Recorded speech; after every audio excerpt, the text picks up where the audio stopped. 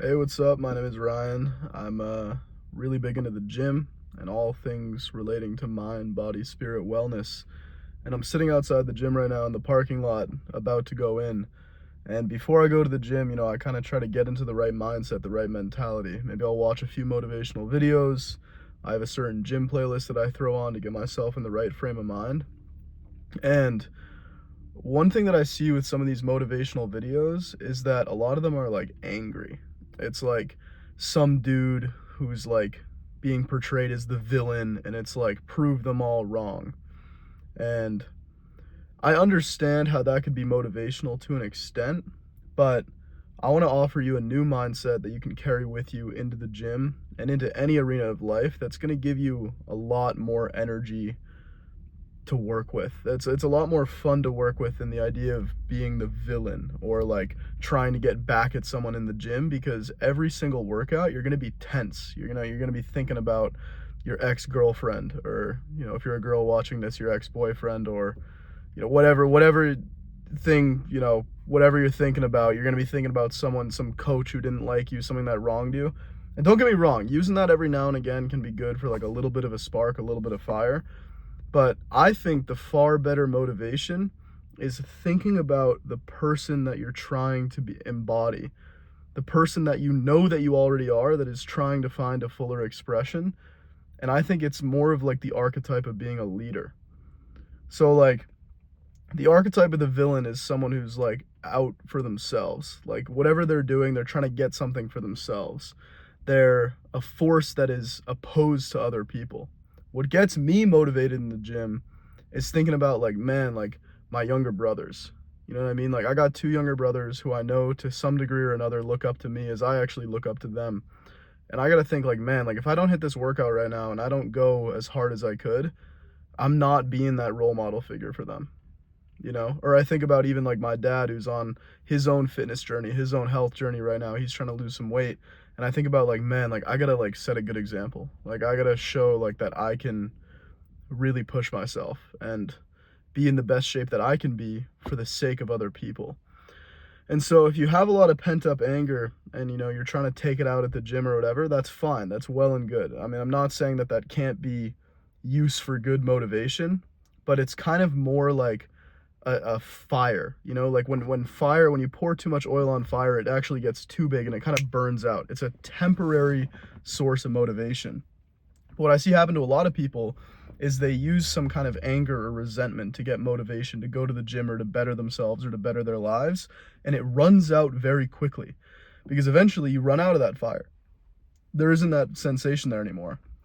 But a much deeper well of energy that you can pull from is the idea of how you're going to help other people, serving something greater than yourself. The only difference between the villain and the hero in any story is that the hero is always trying to serve something greater than him or herself, whereas the villain is just out for themselves. And so if you want a more endless supply of motivation, like when you're thinking about going to the gym, when you're thinking about taking a chance and posting some content, when you're thinking about starting a creative project or doing well in school or whatever it is you're trying to do, if you're trying to do it only for yourself, you're going to burn out very, very quickly. That fire, that fuel, that lamp, it's gonna go out pretty quick. But if you think, like, man, like what if I was that guy that like other people could feel inspired by? What if I was that guy or that girl that other people counted on, needed, relied on? Maybe you already are that person. I mean, I know that I certainly am in my life. I have a lot of people who rely on me. I have a lot of people who need me in many different ways. And if I don't go and I don't smash this workout and I don't take care of my mental health and my physical health and I don't take care of my life, then I'm not going to be as powerful of a resource for those people who are in need. You know what I mean? And so I don't think it's corny or a weird thing to see your own life as a movie and to see yourself as the hero. I actually think that's one of the best things that you can do, because a lot of times it's more true than you realize. You might not know how many people actually look up to you. You might not know how many people actually need to hear the words that you have to say. Or you might not know how many people might notice the way that you're pushing yourself in the gym, even strangers, right? I think it's actually more melodramatic to not see your life as important, or to not see your life as something worth being passionate about or being excellent in. because when that happens, you end up kind of just pursuing short-term pleasures for your own kind of measly ends. There's no real fulfillment in that.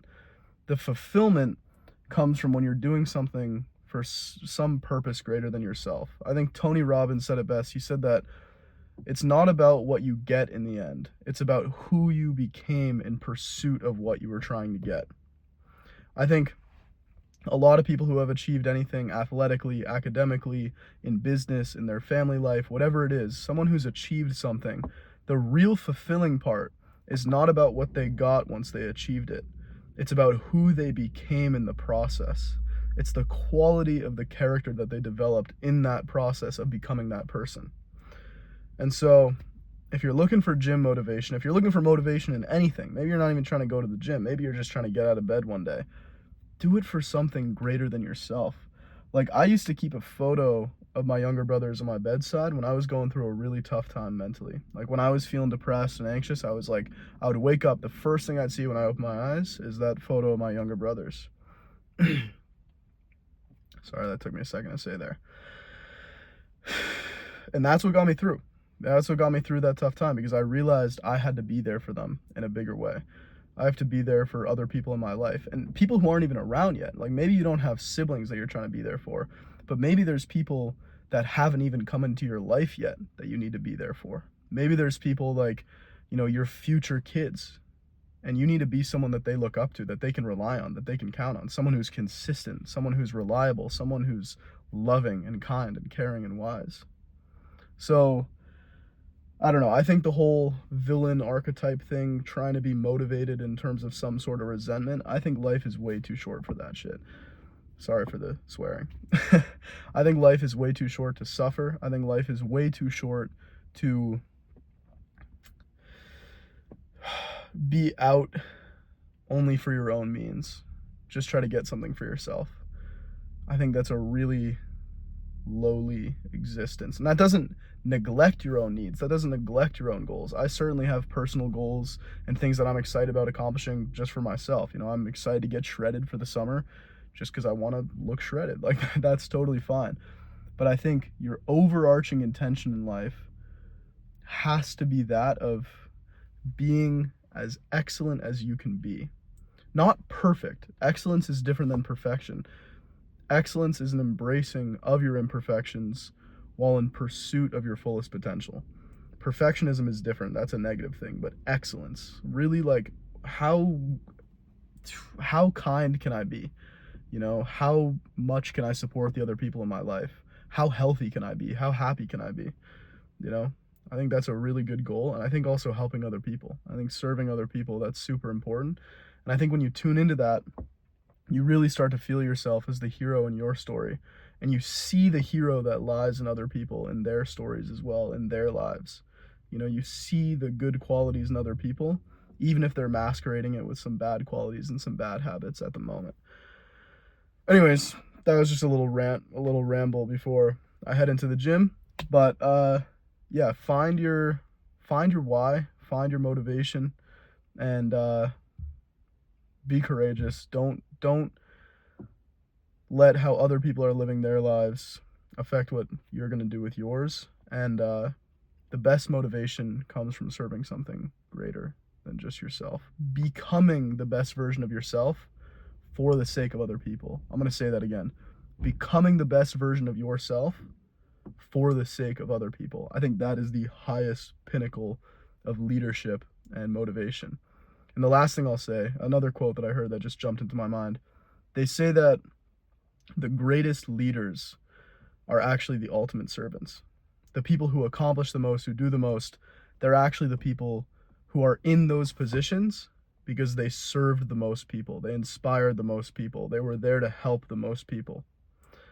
And so just think about that. Like, your goal should be to become a leader, but leaders are actually the ultimate servants. They're there to help other people. Anyways, hope this helps someone find some motivation, find some spark in their day if they've just been laying in bed all day.